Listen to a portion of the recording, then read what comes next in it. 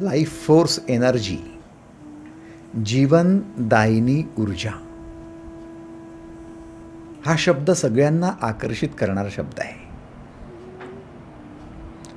प्रत्येकाच्या अंतरंगातील ऊर्जा ही जीवनदायिनी ऊर्जा असते, लाईफ फोर्स एनर्जी असते. त्या ऊर्जेचा प्रवास फक्त जीवनाकडे असतो, जगण्याकडे असतो, विकासाकडे असतो, प्रगतीकडे असतो. एखाद्या आंब्याच्या बीजाला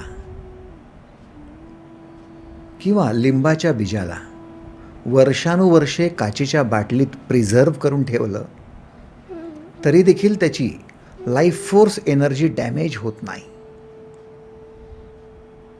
अनुकूल परिस्थिती मिळताच सुपीक भूमीमध्ये त्याला पेरताच त्याची लाईफ फोर्स एनर्जी, संग्रहित असलेली पोटेन्शियल असलेली एनर्जी कायनेटिक बनायला लागते आणि त्या बीजातून अंकुरण व्हायला लागतं.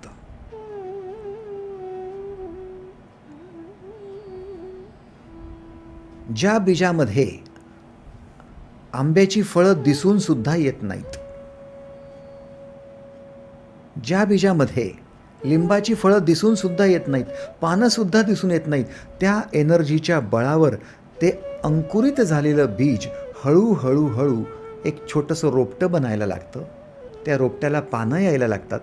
हळूहळू त्या रोपट्यातून एक वृक्ष निर्माण होतो. वृक्षाचा कल्पवृक्षसुद्धा निर्माण होऊन जातो आणि त्या कल्पवृक्षाला अनंत फळ लागतात.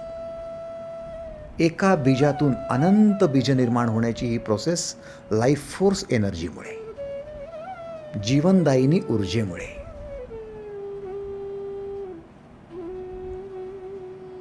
जर ही ऊर्जा नसती तर या बीजातून हा कल्पवृक्ष झालाच नसता आणि कल्पवृक्षातून त्यासारखीच अनंत फळं निर्माण झालीच नसती. स्वतःसारखी अनंत फळं निर्माण करण्याची प्रवृत्ती ही लाईफ फोर्स एनर्जीची प्रवृत्ती आहे.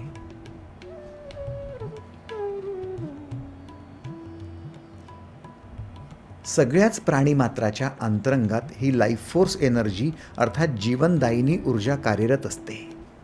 म्हणून सगळ्याच प्राणीमात्रेचा विकास होत असतो, त्यांची प्रगती होत असते, त्यांच्या शरीराची वाढ होत असते आणि त्यांच्या माध्यमाने त्यांच्यासारखे नवीन वंश जन्माला येत असतात.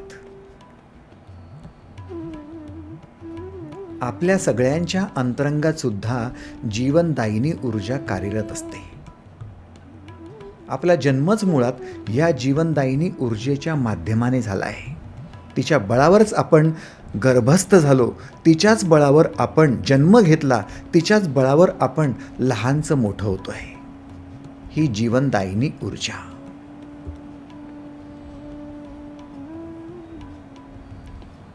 जर ही ऊर्जा नसती तर मातेला तिचा गर्भ विकसित करता आलाच नसता.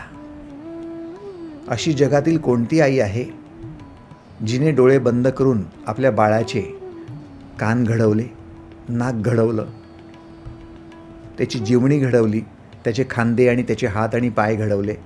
आईला ठाऊकही नसतं.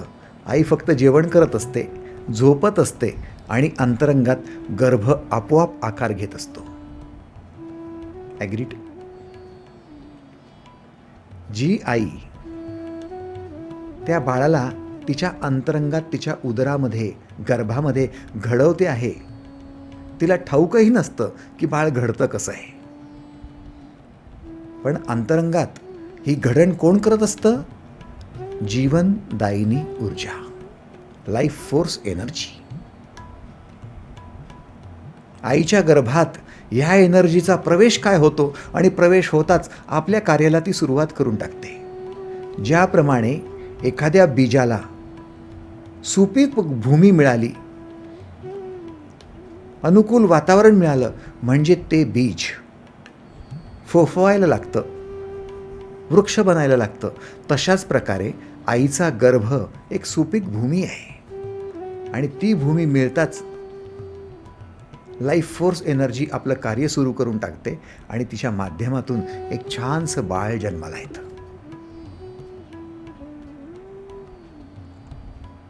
या बाळाचा जन्म झाल्यानंतर हे बाळ आपल्या याच लाईफ फोर्स एनर्जीच्या बळावर रांगायलाही लागतं, चालायलाही लागतं, धावायलाही लागतं आणि लहानचं मोठं होत होत होत होत पुरुषार्थही करू लागतं. तुमची बुद्धिमत्ता, तुमचं शारीरिक बल, तुमची वैचारिक क्षमता सगळं काही या लाईफ फोर्स एनर्जीच्या अधीन आहे. ही लाईफ फोर्स एनर्जी, ही जीवनदायिनी ऊर्जा जशी जशी कार्य करायला लागते तशी तशी तुमची बुद्धिमत्ता वाढते, वैचारिक क्षमता वाढते, शारीरिक क्षमता वाढते, तुमची मानसिक क्षमता वाढते. सगळ्यात आश्चर्याची गोष्ट ही की ज्यावेळी तुमचा ॲक्सिडेंट होतो आणि तुमचा हात फ्रॅक्चर होतो, हाताचं हाड तुटतं, त्यावेळी डॉक्टर फक्त तुमचा हात बांधून ठेवतात, प्लास्टर करून गळ्यात बांधून ठेवतात. बांधून ठेवल्यानंतर तुमचं हाड जोडण्याचं काम कोण करतं? तुमची लाईफ फोर्स एनर्जी. तुमच्या शरीरातील सगळ्यात जास्त टणक असलेल्या, सक्त असलेल्या हाडाला सुद्धा लाईफ फोर्स एनर्जी जोडून काढते. डॉक्टर जोडू शकत नाहीत. डॉक्टर फक्त त्याला स्टेडी फॉर्ममध्ये, एका युनिफॉर्ममध्ये त्याला फक्त बांधून ठेवतात आणि ती लाईफ फोर्स एनर्जी ते जोडून काढते. शरीराला झालेल्या जखमा भरण्याचं काम कोण करतं? Life force energy.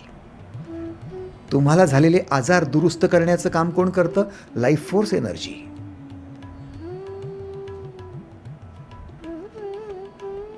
म्हणजे तुमची लाईफ फोर्स एनर्जी तुमचा विकास करते, तुमची प्रगती साधते. एवढंच नाही तर तुमची हिलिंगसुद्धा करत असते. तुमच्या क्षतिग्रस्त किंवा आजारी पडलेल्या किंवा तुटलेल्या, भंगलेल्या त्या भागाला पुन्हा दुरुस्त करण्याचं काम, पुन्हा व्यवस्थित करण्याचं काम लाईफ फोर्स एनर्जीच करत असते. ही जीवनदायिनी ऊर्जा तुमची माता आहे. ही जीवनदायिनी ऊर्जा तुमचं छायाछत्र आहे.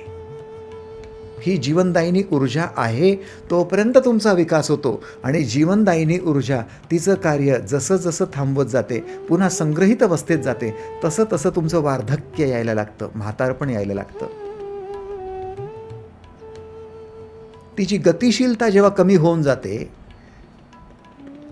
त्यावेळेस ती कायनेटिक फॉर्ममध्ये न राहता ती परत पोटेन्शियल फॉर्ममध्ये येते आणि संग्रहित होऊन होऊन होऊन होऊन ती पूर्णतः शून्यत्वाला जाते, पोटेन्शियल फॉर्मला जाते. पोटेन्शियल फॉर्मला गेले म्हणजे तुमच्या शरीराची वाढ थांबायला लागते. मग तुमच्या शरीरामध्ये जे आजार जडतात त्यांना हिलिंग करायला कोणी राहत नाही. तुमच्या शरीरामध्ये जे काही वैगुण्य निर्माण होतं, ज्या जखमा निर्माण होतात त्यांना भरून काढायला कोणी राहत नाही. ही लाईफ फोर्स एनर्जी आता जागेवर नसल्यामुळे किंवा संग्रहित अवस्थेत गेल्यामुळे, पोटेन्शियल फॉर्ममध्ये ट्रान्सफॉर्म झाल्यामुळे आता तुमच्या जखमा भरून निघत नाहीत, तुमचे आजार भरून निघत नाहीत, तुमच्या हाडांची झीज भरून निघत नाही, तुमच्या त्वचेची झीज भरून निघत नाही. बघता बघता तुमचं म्हातारपण यायला लागतं आणि तुम्ही शुष्क होऊन जाता आणि एक दिवस शरीर सोडून द्यावं लागतं. जोपर्यंत तुमची ही लाईफ फोर्स एनर्जी, ही जीवनदायिनी ऊर्जा कार्यरत आहे तोपर्यंत तुम्ही जिवंत आहात, तोपर्यंत तुमची प्रगती, तोपर्यंत विकास आहे. म्हणून तुम्हाला शरण जायला हवं तुमच्या लाईफ फोर्स एनर्जीला. प्रार्थना करायला हवी ती लाईफ फोर्स एनर्जीची.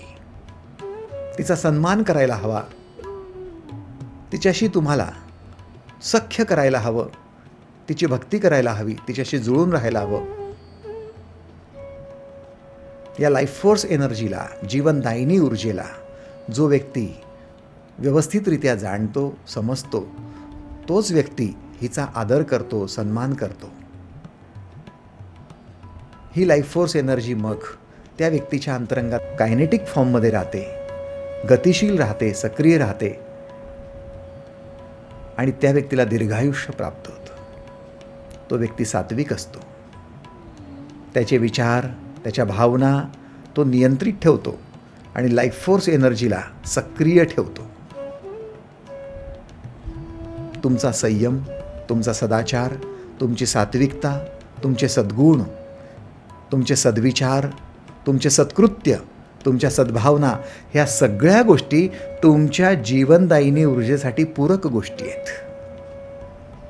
तुम्ही तुमच्या आचरणात एवढा बदल करा आणि तुमच्या जीवनदायिनी ऊर्जेला तिचं कार्य करू द्या.